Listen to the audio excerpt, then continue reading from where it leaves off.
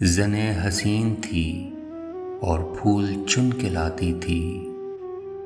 मैं शेर कहता था, वो दास्तां सुनाती थी।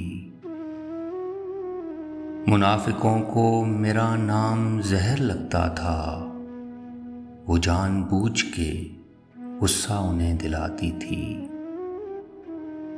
उसे पता था मैं दुनिया नहीं मोहब्बत हूँ, वो मेरे सामने कुछ भी नहीं छुपाती थी। ये फूल देख रहे हो, ये उसका लहजा था। ये झील देख रहे हो, यहाँ वो आती थी। अली से दूर रहो, लोग उससे कहते थे, वो मेरा सच है, बहुत चीख कर बताती थी।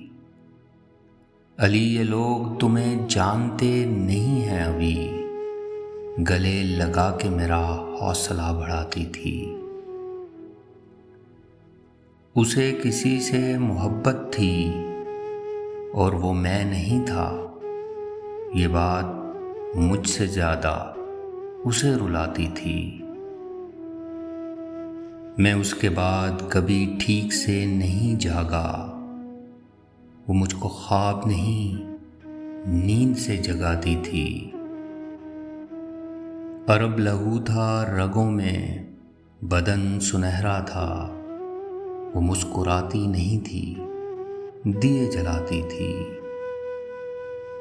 मैं कुछ बता नहीं सकता वो मेरी क्या थी अली, कि उसको देख के बस अपनी याद आती थी, कि उसको देख के बस अपनी याद आती थी।